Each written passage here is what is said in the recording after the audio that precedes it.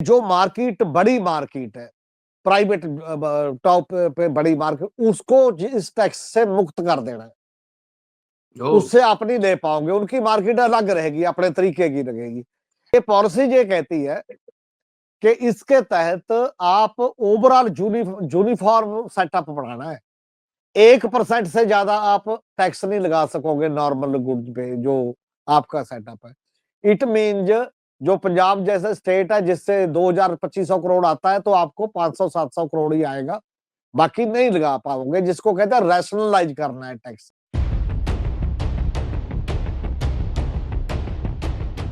संसद का शीतकालीन सत्र हंगामे के बीच समाप्त हो गया।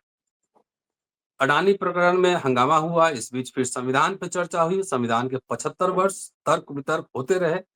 इसी बीच अमित शाह का एक बयान आया जिससे हंगामा देश में मचा हुआ है, अभी भी मचा हुआ है, और उम्मीद ये जताई जा रही है कि हंगामा आगे भी चलता रहे। लेकिन आज चर्चा इस विषय पर नहीं। अंग्रेजी में कहावत है, old wine in new bottle, नई बोतल में पुरानी शराब। 2021 आपको याद होगा, दिल्ली में कितना जबरदस्त किसानों का आंदोलन हुआ था। सैकड़ों किसान शहीद हुए। आखिरकार हार कर सरकार को 3 कृषि कानून वापस लेने पड़े। लेकिन संसद के हंगामे के बीच चुपके से एक ऑर्डर आया है जिसे कृषि marketing policy, agricultural marketing policy 2024 कहते हैं। क्या पिछले दरवाजे से कृषि मंडियों के निजीकरण की कवायद है? क्या ये एक तरह से लीला चल रही है? अभी लोगों को ये पता नहीं कि आखिर है क्या। मैं भी नहीं जानता कि आखिर किस तरीके से फिर से एग्रीकल्चर को ट्रैप में लेने की कोशिश है। चर्चा इसी विषय पर होगी। दोस्तों, रतनलाल बोल रहा हूँ और आप देख रहे हैं अम्बेडकरनामा। हमारे साथ हमीर सिंह साहब है, सीनियर जर्नलिस्ट हैं, काफी एक्टिव रहते हैं सोशल मीडिया पर, पंजाब से जुड़े हैं और कृषि के मामलों में काफी पैनी नजर इनकी रहती है। पंजाब में विधानसभा में क्या-क्या चल रहा है, किसानों संगठनों के बीच क्या-क्या चल रहा है, और ये जो 2024 की जो नई पॉलिसी है, ये क्या है, सब इस एपिसोड में। स्वागत है सर। जी, बहुत-बहुत शुक्रिया। जी सर, अब मैंने इनिशियल बैकग्राउंड दे दी है और हमारे यहाँ एक सिस्टम है, इनिशियल बैकग्राउंड के बाद मैं चुपचाप सुनता हूँ और जब जरूरत होती जी, है तब पूछते हैं। जी। ये जो मामला आया 25 नवंबर को, एक पॉलिसी ड्राफ्ट आता है, वो केवल इंग्लिश में आता है। किसानी की एक ये भी प्रॉब्लम होती है कि नॉर्मली वर्नाक्युलर लैंग्वेज में जितनी देर नहीं आता, उनकी भाषा में नहीं आता, तो वो पता भी नहीं चलता। तो जी। कुदरती हमारे हमारे हाथ वो लगी, हमने एक अपने यूट्यूब चैनल पे उसके एक वीडियो बनाकर बताया, तो उस दिन से ही पंजाब में तो काफ़ी एक्टिविटी स्टार्ट हो गई। क्या ओवरऑल आपका जो यूट्यूब था। चैनल का नाम क्या है? बता दीजिए जरा, मैं लोगों से अपील करूँ कि देखें जाकर। मेरा वो पुलांग है जी, पुलांग। गुलाम, PULAANG वाह! जी। टीवी दोस्तों, ये करके। वीडियो जाकर ज़रूर देखिए, इनके अपने यूट्यूब चैनल पे बहुत सारे जानकारी वहाँ मिलेंगे। जी, कंटिन्यू करें। जी। उसपे ये बात हुई कि क्या है, जब वो देखा कि ये तो हूबहू एक वो जो एसेंशियल गुड्स वाला होता है, उसको छोड़कर 2 कानून जो थे इनके, वो हूबहू उतार दिए पॉलिसी में। कैसे उतार दिए? सबसे पहली बात तो ये उतार दी उसमें आके कि जो भी कॉर्पोरेट परचेज का सेटअप है, खरीद का मंडी में, और जो स्टेट के मार्केटिंग बोर्ड हैं, वो केवल उसकी जरूरत नहीं पड़ेगी कि आप हर स्टेट एक ऐसी पॉलिसी लाए, इसको मॉडल पॉलिसी मानते हुए, कि जी। वो डीम्ड रूप पे, जैसे कहते हैं डीम्ड यूनिवर्सिटीज बन रही हैं आजकल हमारे कंट्री में बहुत, जी, कि अपने डीम्ड आप ही यूनिवर्सिटी। मान ली जाएंगी कि ये डीम्ड मार्केट है, ये अपने आप ही मार्केट हो गई है, खेत ही मार्केट हो गया है, वहां से जहां से वो मर्जी ले जाएं, जहां से मर्जी ना ले जाएं। और यही उस एक्ट में भी था। दूसरा ये डाल दिया उसमें कि साइलोज जो बनेंगे, बड़े गोदाम जो बन रहे हैं, जो अडानी के खास तौर पे पंजाब की साइड पे बढ़ रहे हैं और जगह बढ़ रहे हैं, उनको आप मार्केट यार्ड डिक्लेयर कर दोगे इसी कानून में, उसको मार्केट बोर्ड के पास जाने की जरूरत नहीं पड़ेगी, जो स्टेट का होगा, बार बार हुँ। जाने की जरूरत नहीं पड़ेगी। तीसरा, एक ही लाइसेंस मिल जाएगा उसको सभी जगह इम्प्लीमेंट करने का, जहां पर कम से कम ये है कि आपको हर मंडी में जाने के लिए अलग लाइसेंस चाहिए यदि जाना है। जो इससे पहले की मार्केटिंग एक्ट है, एपीएमसी जिसको बोलते हैं हम, agriculture produce market committees act, वो उसके तहत बार बार उसको आना पड़ता है सरकार के पास उस सारे मामले में। तीसरी बात उसमें ये कर दी है कि आप जो टैक्स होता है, जैसे अब पंजाब हरियाणा में खासतौर पे पैडी और व्हीट है, गेहूं और चावल चावल है, उस पे अच्छा, हाँ ठीक। हाँ हाँ जी, उस पे जी। मतलब ये लगाते हैं टैक्स। 3% आरडीएफ है, rural development fund, 3% market fees है, जिससे जहां का नेटवर्क रूरल डेवलपमेंट के लिए या बाकी, अब गवर्नमेंट ऑफ इंडिया के साथ विवाद भी चल रहा है। उन्होंने 10,000 करोड़ रोका हुआ है कि हमारे मुताबिक आप खर्च नहीं कर रहे हो, ये वो। स्टेट कहती है कि ये हमारा है, आप हमसे अनाज ले रहे हो, हमारा ये टैक्स लाने का राइट है कि आप हमें दे क्यों नहीं रहे। वो मामला पेंडिंग है सुप्रीम कोर्ट पे। पर ये पॉलिसी ये कहती है कि इसके तहत आप ओवरऑल यूनिफॉर्म सेटअप बनाना है। 1% से ज्यादा आप टैक्स नहीं लगा सकोगे नॉर्मल गुड्स पे जो आपका सेटअप है। इट मीन्स जो पंजाब जैसे स्टेट है जिससे 2,000-2,500 करोड़ आता है, तो आपको 500-700 करोड़ ही आएगा, बाकी नहीं लगा पाओगे, जिसको कहते हैं रैशनलाइज करना है टैक्स। लैंग्वेज भाषा तो जो बड़ी अच्छी बरतते हैं ना, हमने रैशनलाइज करना है, अच्छी बात करनी है किसी ना किसी रूप में। उसके बाद एक बात ये भी है साथ इसके जुड़ी हुई, कि जो मार्केट बड़ी मार्केट है, प्राइवेट टॉप पे बड़ी मार्केट, उसको इस टैक्स से मुक्त कर देना है। उससे आप नहीं ले पाओगे, उनकी मार्केट अलग रहेगी, अपने तरीके की लगेगी। ये कहते हैं कि हमने कंपटीशन करवाना है अपनी मार्केट का और वो प्राइवेट मंडी का जो चली गई उस सारे मामले में। और फिर साथ ये लॉजिक क्या दिया है, लॉजिक ये दिया कि जैसे जीएसटी की थी ना, जीएसटी का सिस्टम स्टेटों के फाइनेंस मिनिस्टरों की एक कमेटी बना दी थी और वेस्ट बंगाल वाले फाइनेंस मिनिस्टर उसके चेयरमैन हो गए थे। आपके भी जो एग्रीकल्चर मार्केटिंग के कहते हैं मिनिस्टर होंगे, उनकी कमेटी बना देंगे, वो खुद देख रेख करेगी। आजकल जीएसटी में जैसा स्टेटों का देख रेख हो रहा है, वैसा ही उस मार्केटिंग में होगा। उसमें लिखा है, उसमें इन्होंने लिख दिया कि जीएसटी की तर्ज पे होगा जी। और जीएसटी का पंगा कंट्री में जैसा पड़ा है, वो सब जानते हैं कि किस लेवल पे छोटा बिजनेस वाला, जो स्मॉल लोग हैं, सारों के साथ क्या हो रहा है, वो सारे देखते हैं।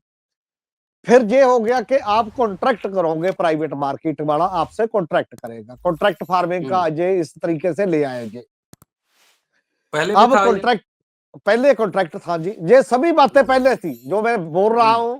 ये जीएसटी वाली पहले नहीं थी, केवल जीएसटी वाली अलग से डाली है, शायद अलियोरमेंट के कारण कि आप देखो तो सही जीएसटी कितना बेहतर चल रहा है, आपका राइट है। और जीएसटी जी। कौंसिल में किसी चीफ मिनिस्टर को 2 मिनट बोलने को नहीं मिलते, 3 मिनट बोलने को नहीं मिलते, जब वो चले जाते हैं उसके बाद बाकी तो छोड़ो, और तो क्या होना है।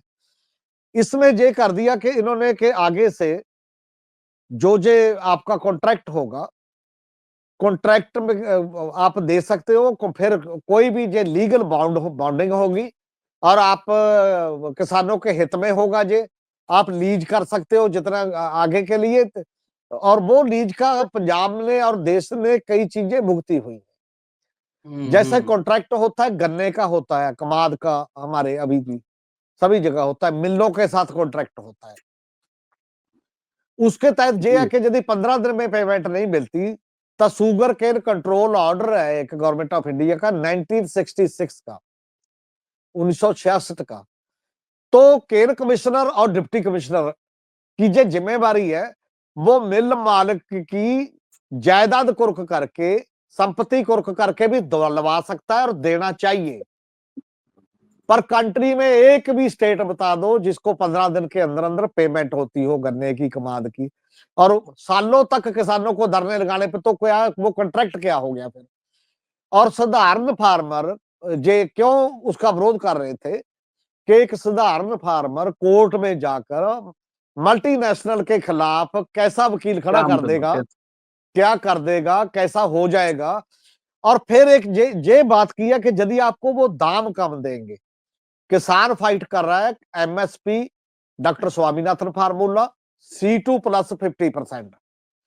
पूरी जो मुकम्मल उसकी लागत आती है उसमें 50% मुनाफा जोड़ के दोगे और उसको कानूनी तौर पे बैकिंग करो, आप पार्लियामेंट में लॉ बनाओ, उसका ये कहना है। जी पर इन्होंने इस पॉलिसी में क्या डाला है, जो एक्ट में भी डाला था, पहले एक्ट में डाला था, इनका ये कहना है इस बार कि जैसे crop insurance, PM crop insurance scheme है, फसल बीमा योजना है जो प्रधानमंत्री, उसकी तर्ज पे आपको प्राइस इंश्योरेंस एक स्कीम देंगे, वो करेगी। अब प्राइस इंश्योरेंस स्कीम का तो आप देख लो कि जहां पर एमएसपी भी है, अभी इस बार भी पंजाब में किसी के 500 रुपए का कट लगा, किसी का 1500 रुपए का कट लगा, इस बार ही वो भी नहीं बिकी। और जो क्रॉप इंश्योरेंस स्कीम के साथ बना है, महाराष्ट्र का सबके सामने उदाहरण है और स्टेटों का है, उन्होंने 3-3 हजार करोड़ रुपया तो वसूल कर लिया कि जो जिनकी फसल मारी गई उनको क्या मिला, कुछ नहीं मिला। ज्यादा से ज्यादा 200-500 कितना करोड़ रुपया और मुनाफा कंपनी को हो गया। फार्मर बेचारा कहीं कभी किसी पे दरखास्त देता है, कहीं दरखास्त देता है, कहीं दरखास्त देता है। तो जब प्राइवेट मार्केट में आपको नहीं मिला पूरा दाम, उचित दाम, तो आप इंश्योरेंस कंपनी के पास जाओगे। वो इंश्योरेंस कंपनी किसकी है? वो भी तो कारपोरेट है। फार्मर कहां जाएगा उसके पास, क्या करेगा, उसकी सुनवाई कहां होगी? इस एंगल से पहले एक्ट में क्या दिया था? पहले एक्ट में दिया था कि आप नजदीकी तहसीलदार के पास जाओगे, जहां एसडीएम की अगुवाई में बढ़ जाएगा। प्रेजेंट पॉलिटिकल सिस्टम जो हमारे है, हमारे कोर्ट तो खड़ी नहीं हो सकती, उसकी रीढ़ की हड्डी तो सीधी नहीं होती, तो बेचारे क्या सीएम औकात है किसी तहसीलदार की, एसडीएम की, डिप्टी कमिश्नर की भी इवन, कि वो खड़ा हो जाएगा उसके खिलाफ और आपको इंसाफ दे देगा। प्रैक्टिकल सिचुएशन भी ये है ना कंट्री में, बाकी तो छोड़ो। और प्रैक्टिकल सिचुएशन ये है कि पंजाब देश का फार्मर 378 दिन 26 नवंबर 1920 से लेकर 11 दिसंबर 2021 तक दिल्ली के इर्द गिर्द बैठा रहा। प्राइम मिनिस्टर के पास 10 मिनट नहीं हुए आज तक कि उनको बुला ले, उनकी बात सुन ले। सिस्टम तो ये है। और 10 मिनट ये बात सुनने को नहीं है आपकी किसी को, तो वो आपकी बात सुन के जस्टिस कैसे करेगा, इंसाफ कैसे देगा? एक दूसरा आदमी है अडानी अंबानी, वो तो हर रोज ही किसी के मैरिज में भी प्राइम मिनिस्टर और इकट्ठे होते हैं, हर रोज खाने पे भी तीसरे दिन इकट्ठे होते हैं, बाकी भी है। तो लोगों को एक डर है कि जिसके साथ आपकी दोस्ती है, आप पार्लियामेंट में चर्चा तक नहीं होने देते कि डेवलपमेंट रुक जाएगी एक आदमी के पे चर्चा के, तो आप जहां उसके साइलो होंगे वो अनाज को जिंदरा लगा देगा, होते हुए मैं नहीं देता, तो आप क्या कर लोगे? ये गरीब आदमी के लिए भी एक वो ताला लग जाएगा कि अनाज भरा होगा कि आप दोगे नहीं, भूखे रहेंगे साइड पे लोग, वो मर जाएंगे। ये एक बहुत बड़ा एक सेटअप आया है, इसके हालांकि 35 पेज है टोटल, ब्रीफ बनाई है, पर साथ के साथ ये भी बोला हुआ है, आप देखो इंटरेस्टिंग बात, कि खेत कृषि और कृषि मार्केटिंग ये स्टेट सब्जेक्ट है इंडियन कॉन्स्टिट्यूशन में। 7th शेड्यूल के अंदर जो सूचीबद्ध की गई बात है, ये दोनों ही स्टेट सब्जेक्ट है। पहले जो 3 लॉ लाए थे वो भी इलीगल थे, क्योंकि वो स्टेट का राइट था, गवर्नमेंट ऑफ इंडिया नहीं बना पा सकती थी। और अब बड़े भी इलीगल, अब तो इन्होंने लिख ही दिया पॉलिसी में कि बेशक आर्टिकल 248 और उसकी 7th शेड्यूल के तहत ये जो सूची में आता है ये स्टेट सब्जेक्ट है। फिर आप पॉलिसी क्यों बना रहे हो भी, जब ये स्टेट सब्जेक्ट है, जिस स्टेट को जरूरत होगी बना लेगा। आप क्यों मॉडल वो हो रहे हो? किसानों का डर क्या है? डर ये है, अभी प्री बजट कंसल्टेशन जो हुई है उसमें कुछ फार्मर ऑर्गेनाइजेशन बुलाई गई थी, मैडम फाइनेंस मिनिस्टर ने बुलाई, सीतारमन ने। उसमें एक बात नई आ गई है उठकर कि एग्रीकल्चर और एग्रीकल्चर मार्केटिंग को आप कंकरेंट लिस्ट में ले लो। जैसे 76 में एजुकेशन, वाइल्ड लाइफ, फॉरेस्ट, ये 5 बड़े सब्जेक्ट स्टेट सब्जेक्ट से निकाल के कंकरेंट लिस्ट में चले गए थे, उसमें गवर्नमेंट ऑफ इंडिया की पॉलिसी चलती है, अब स्टेट की नहीं चलती। ये वैसा डर अभी बना हुआ है पूरी तरह, यदि ये कंकरेंट लिस्ट में आ गए तो स्टेट की तो पूछेगा कोई नहीं, फिर तो गवर्नमेंट ऑफ इंडिया की चलनी है जो भी चलाएगी। ये एक लीगल और कॉन्स्टिट्यूशनल प्रॉब्लम भी है, जैसे वैसे केवल किसानों की प्रॉब्लम नहीं है, ओवरऑल स्टेट पावर की भी है। पॉलिटिकल पार्टियां क्यों नहीं बोल रही, ये समझ नहीं आ रहा स्टेट की पॉलिसी है, कम से पता ही कम नहीं होगा रीजनल पार्टी। हाँ जी। पता ही नहीं होगा, अभी पढ़ाई नहीं होगा ठीक से। हो सकता है, हो सकता है। ये बात इतनी को होगी पंजाब में कम से कम कि जब से ये आया किसान ऑर्गेनाइजेशनों ने इमरजेंसी मीटिंग बुलाई, उसके कारण पंजाब सरकार ने एक मीटिंग बुलाई, कल होके हटी है मीटिंग वो, जी जी एग्रीकल्चर जी। मिनिस्टर ने बुलाई थी, एसकेएम को बुलाया। इन्होंने बोला भी 2-3 बातें करो। पहली बात ये करो, ऑल पार्टी मीटिंग बुलाओ स्टेट की, ये सभी का मामला है, किसी एक का मामला नहीं। दूसरी जी। बात ये है कि मजदूर ऑर्गेनाइजेशनों की भी मीटिंग बनाओ, खेत मजदूर इससे कितना प्रभावित होता है उसको कभी आप सुनते ही नहीं हो बुला के, उसको भी सुनो, उसके भी कोई व्यू होगा। तीसरी बात ये है कि असेंबली का सेशन बुलाओ इमरजेंसी, उसमें इसको रिजेक्ट करो, ऑथोराइज करो कि हमारी स्टेट सब्जेक्ट है, हम आपकी बात नहीं मानेंगे। फिलहाल इसने कहा तो है एग्रीकल्चर मिनिस्टर ने कि हम करेंगे ये, पर जब ये लगता नहीं है कि ये कर पाएंगे स्टेट वाले। ये तो अपना केस सुप्रीम कोर्ट में दे देते हैं जाके। किसानों ने क्या किया था, आप जो पहला पिछली मूवमेंट थी और अब भी कर रहे हैं, जब सुप्रीम कोर्ट ने कहा कि हमें बताओ आपकी प्रॉब्लम, तो फार्मर ने कहा आपको नहीं बताएंगे, आपको पता भी होगा तो आप कर क्या लोगे, आप कर नहीं इसलिए नहीं सकते क्योंकि ये मैं उस आंदोलन लेजिस्लेचर में का। था, मैं उस हाँ हाँ, आंदोलन में था। जी। बिल्कुल, ये लेजिस्लेचर का मामला है, ये पार्लियामेंट ने लॉ बनाया है, आप लॉ नहीं बना सकते। लॉ तो जिस सरकार ने बनाया है वही बनाएगी और वही वापस लेगी। ये बहुत एक मजबूत स्टैंड था। जिस फार्मर को ये समझते हैं कि उसके पास विजडम नहीं, अनपढ़ है, उसने पूरे देश को पढ़ाया कि कॉन्स्टिट्यूशन ये है कि किसने क्या जी, जी। करना होता है, हमें पता है। एग्जेक्टिव की क्या पावर है, लेजिस्लेचर की क्या पावर है, आपकी क्या पावर है, हमें पता है, इसलिए हम उस नहीं, जाल में नहीं फंसेंगे। संविधान में बाबा साहब ने लिख भी दिया है कि हम भारत के लोग, अल्टीमेटली हाँ, हम ही हम भारत बताएंगे। के, हम ही बताएंगे, हम ही आपको बताएंगे उस एंगल से। और जी। इसीलिए जीता गया वो आंदोलन। कहीं कोर्ट में फंस जाता तो सरकार कहती जब कोर्ट ऑर्डर करेगी देखेंगे जी।